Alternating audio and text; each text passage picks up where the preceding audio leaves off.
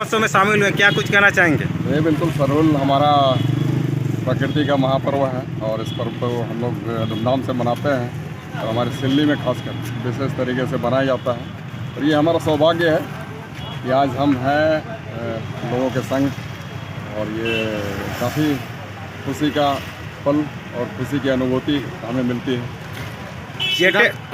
हम तो यही चाहेंगे कि हमारे जो लोग सिल्ली वासी ही नहीं, झारखंड वासी जो भी जिस परिस्थिति में आज हैं उससे उभरें और बेहतर कल की एक शुरुआत करें जो कि समृद्धि के मार्ग पर हो और हमेशा ही खुश रहें और अपनी समृद्धि को पाएं।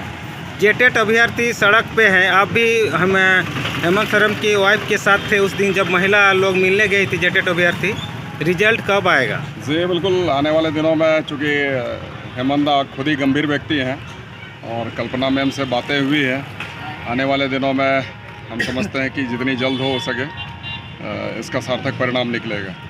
विधानसभा सत्र के दौरान आपने कोई क्वेश्चन यहाँ के उठाए हैं दिल्ली से? जी। आपने एक ITI जो बन रहा है सामने 2-3 किलोमीटर आगे में, आपसे पूछा गया था कि क्या नया सत्र में यहाँ एडमिशन होगा, बच्चों का एडमिशन होगा, तो वहाँ आपका उत्तर आया था कि हाँ होगा, जबकि वहाँ बना ही नहीं जी। तो इसके लिए क्या करें? कुछ एक चीज़ें हैं जो कि भ्रमित करने वाली है और विभाग के लोग इस तरीके से गलत आंसर प्रस्तुत करते हैं, परंतु इसके खिलाफ में भी और भी बहुत सारी कमेटियां हैं, उन कमेटियों में हम उन्हें बुलाकर इनका समाधान ढूंढेंगे और हम चाहेंगे कि जो भी ऐसे दोषी पदाधिकारी और कर्मी हैं जिसके माध्यम से सदन में हमारे माननीय सदस्यों को गुमराह किया जाता है, वैसे लोगों को उसका समुचित दंड मिले।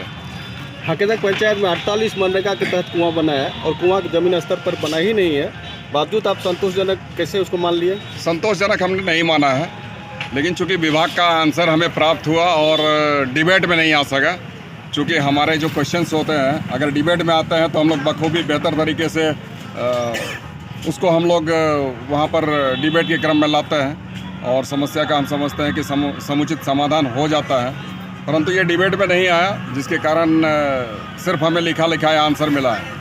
तो हम इसको आने वाले दिन में भी हमारी याचिका समिति है, निवेदन समिति है और भी बहुत सारी समितियाँ हैं, उन समितियों के माध्यम से हम ऐसे कार्यों को हम देखेंगे और जो भी दोषी हैं वैसे दोषी कर्मी और दोषी व्यक्तियों को भी हम लोग सजा दिलवाने का काम करेंगे।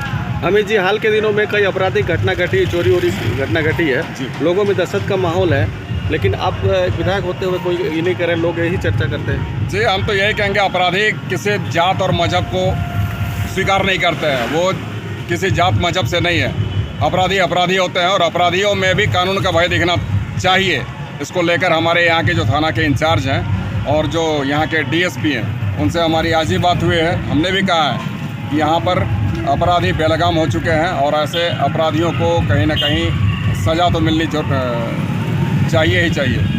तो आने वाले दिनों में हम समझते हैं कि सिल्ली एक बेहतर माहौल के साथ जिएगा और एक सम्मानित यहाँ के लोगों को शांतिपूर्वक ढंग से अपने लक्ष्य की प्राप्ति होगी।